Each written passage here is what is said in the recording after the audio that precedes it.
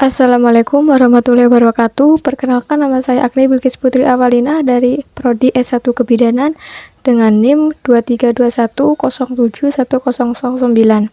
Di video kali ini untuk memenuhi tugas dari mata kuliah Fisika Kesehatan dan Biokimia dalam praktik kebidanan yang diampu oleh Ibu Sri Sugiyarti SSI MSI. Baik, di video kali ini saya akan membahas tentang USG. Nah, sebelum kita masuk ke materi, kita harus tahu apa pengertian dari USG itu sendiri. USG atau ultrasonografi merupakan pemeriksaan yang memanfaatkan gelombang suara frekuensi tinggi yang akan menampilkan gambar janin, plasenta, hingga alat reproduksi sang ibu. Nah, USG sendiri dibagi menjadi dua, ada USG transvaginal dan USG abdominal. Jadi apa sih transvaginal dan abdominal itu?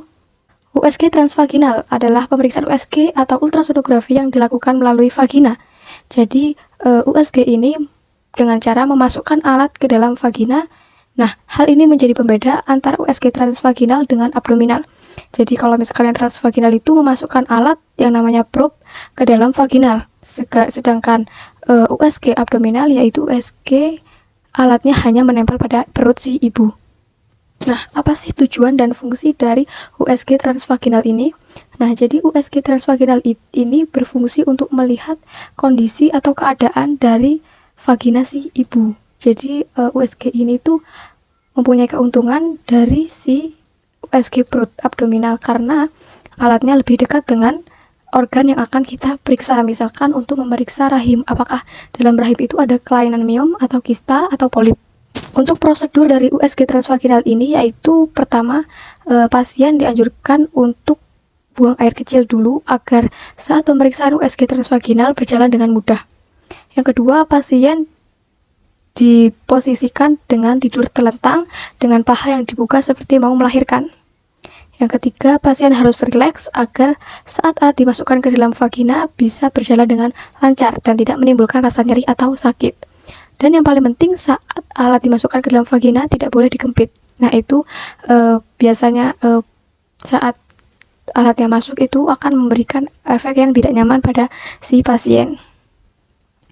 Efek samping dari USG transvaginal ini adalah rasa tidak nyaman saat melakukan pemeriksaan USG karena ada alat yang dimasukkan ke vagina si pasien. Dan juga selesai pemeriksaan ini juga pasien akan merasakan rasa tidak nyaman.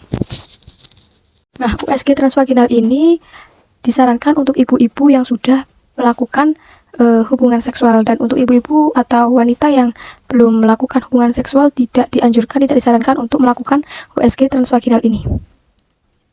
Nah, USG transvaginal ini bisa dilakukan oleh ibu pada trimester pertama, yaitu untuk melihat panjang serviks seberapa. Jadi ketika serviks ini panjangnya terlalu pendek atau panjangnya kurang, itu bisa menjadi faktor prediktor kehamilan prematur. Atau bisa juga untuk memeriksa di dalam rahim itu benar ada embrionya atau tidak. Jadi pada trimester pertama, setelah mengetahui kehamilan, supaya melakukan USG transvaginal ini. Nah, jika dalam trimester pertama ibu tidak melakukan USG transvaginal juga tidak masalah, karena USG transvaginal ini bertujuan untuk mengetahui kondisi dari rahim si ibu, apakah di situ ada kista, miom, atau polip. Nah, setelah mengetahui apa itu USG transvaginal, kita akan masuk ke USG abdominal. Apa sih pengertian dari USG abdominal ini? USG abdominal adalah pemeriksaan USG yang dapat menangkap dan menciptakan gambar melalui gelombang suara dengan cara menempelkan alat yang dinamakan probe ke bagian perut si pasien. Nah, apa sih tujuan dan fungsi dari USG abdominal ini? Nah, untuk wanita yang hamil, USG abdominal ini berguna untuk melihat kondisi janin yang ada dalam kandungannya. Dan untuk wanita yang tidak hamil, USG ini bisa berguna untuk melihat atau mendeteksi adanya kelainan-kelainan, misalnya pada rahim, atau pada hidung telur, ada kista, atau ada miomnya. Nah, untuk efek samping dari USG abdominal ini tidak berbahaya bagi si ibu dan si janin, karena pada USG abdominal ini hanya menggunakan gelombang suara, bukan memakai sinar X. Nah, contoh kalau misalkan si ibu melakukan pemeriksaan rongsen toraks atau rongsen paru, itu baru berbahaya buat si janin. Setelah mengetahui definisi, tujuan, dan efek samping dari USG abdominal, kita akan masuk ke jenis-jenis USG abdominal. Yang pertama ada USG 2 dimensi. Nah, USG ini bisa dilakukan di awal trimester pertama, karena USG ini bisa melihat apakah dalam rahim itu benar terjadi kehamilan, terjadi implantasi atau tidak, karena bisa dilihat dari adanya kantong kehamilan pada rahim atau tidak. Dan juga USG 2 dimensi ini juga bisa untuk mendeteksi kelainan, misalnya ada Down syndrome atau sindrom yang lainnya. Dan juga untuk mendeteksi kelainan organ, misalnya bisa mendeteksi adanya bibir sumbing atau tidak. Biasanya pada USG ini identik dengan warna hitam dan putih. Baik, yang selanjutnya ada USG 3 dimensi. Jadi setelah adanya USG 2 dimensi, di USG 3 dimensi ini kita bisa melihat janin dengan lebih jelas daripada 2 dimensi.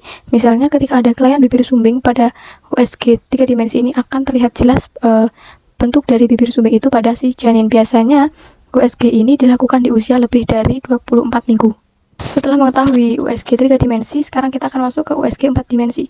Jadi ketika di USG 3 dimensi melihat struktur bayi dengan lebih jelas, sedangkan pada 4 dimensi ini kita bisa melihat gambar yang bergerak atau video real time gerakan bayi di dalam kandungan. Misalkan bayi menendang, bayi tersenyum, bayi menguap, itu bisa dilihat dari USG 4 dimensi ini. Jadi USG 4 dimensi ini bebas mau dilakukan pada trimester pertama atau trimester kedua atau trimester ketiga. Yang terakhir ada USG 5 dimensi. Jadi pada 4 dimensi kita bisa melihat pergerakan si bayi dengan melalui gambar yang bergerak. Pada USG 5 dimensi ini disajikan video yang HD atau High Definition.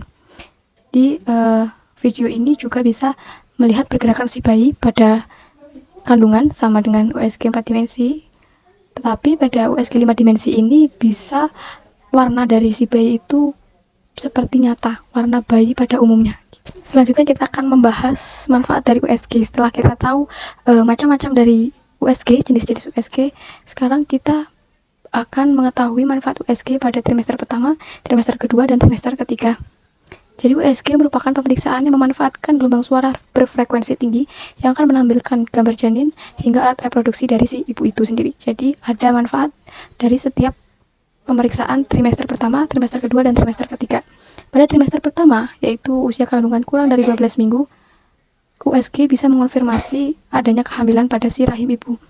Yang kedua, bisa mengetahui usia kehamilan itu sendiri. Yang ketiga, bisa memeriksa adanya kemungkinan kehamilan kembar atau tidak. Lalu pada trimester kedua, dengan usia kehamilan 12-24 minggu, USG ini bisa mengukur fundus uteri pada si ibu. Yang kedua, bisa menentukan jenis kelamin bayi yang ada pada kandungan ibu. Yang ketiga, bisa memantau kadar cairan dari si ketuban. Pada trimester ketiga, USG bisa memprediksi hari perkiraan lahirnya kapan. Yang kedua, bisa mengetahui posisi janin, posisi normal atau posisi sungsang, itu bisa dilakukan pada trimester ketiga. Yang ketiga, bisa memeriksa fungsi dari plasenta. Yang terakhir, bisa memeriksa kelainan bawaan atau cacat lahir pada si bayi. Nah, setelah kita mengetahui apa pengertian dari USG, jenis-jenis dari USG, manfaat USG di setiap trimesternya, trimester pertama, trimester kedua, trimester ketiga, dapat kita simpulkan bahwa seorang ibu hamil itu dianjurkan untuk mengecek kehamilannya dengan USG. Bisa pada setiap trimester atau pada trimester terakhir saja. Nah, dianjurkan untuk sering-sering melakukan pemeriksaan USG agar mengetahui kondisi dan keadaan si janin. Jadi tidak ada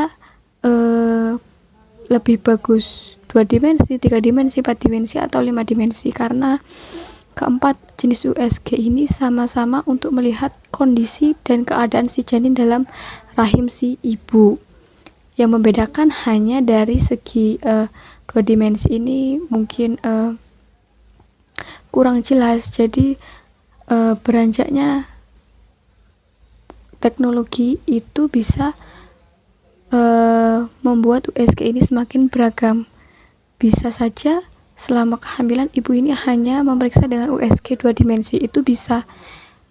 Tapi ibu ini tidak bisa melihat kondisi janinnya lebih jelas. Nah, lebih jelas ini bisa pada USG 4 dimensi atau 5 dimensi. Jadi ibu bisa memilih dari 4 USG itu, tapi tidak ada yang lebih baik. Maksudnya kayak 2 dimensi lebih baik, 4 dimensi lebih baik, 5 dimensi lebih, itu tidak, karena semuanya itu sama-sama untuk memeriksa, untuk mendeteksi kelainan atau gangguan pada si janin.